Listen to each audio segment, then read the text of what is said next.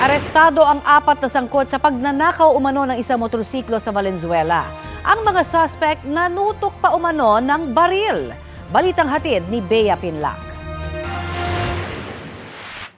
Sa kulungan ng bagsak ng 4 na lalaking ito, matapos umanong magsabwatan para tangayin ang motorsiklo ng 22 anyos na estudyante sa Valenzuela nitong Martes.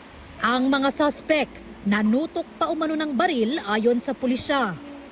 Meron po tayong biktima ng motor napping or itong carnapping motorcycle ay forcibly taken po ng dalawang motorcycle in tandem. So isa po doon ay bumaba at tinutukan ng baril tong biktima at kinuha yung yung motor na sinasakyan ng biktima. Ayon sa pulisya, agad tumakas ang mga suspect sakay ng 3 motor. Nagsumbong naman ang biktima sa mga otoridad. Sa ilang kuha ng CCTV, nakita pa ang isa sa mga suspect na umiikot-ikot sakay ng umano'y nakaw na motor. Ayon sa pulisya, naaresto kalauna ng 4 na suspect sa Oplancita sa Barangay Lingunan. Wala raw na ipakitang mga ID at dokumento ng motor ang mga suspect.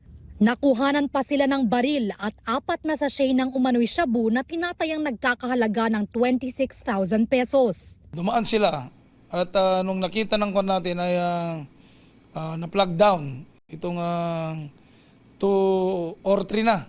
3 motorcycle, yung nagkaroon po ng hesitant itong mga suspects at they're insisting or trying to elude. Talagang gusto nilang tumakas. So they are not cooperative, so that time, in effect na yung arrest. Itinanggi ng mga suspect ang mga paratang. Ay, hindi po totoo yun. Wala po talaga kasi sinampalan sa amin yun. Sinampalan po sa amin. Delay po ako, tapos karga pang kaso ko.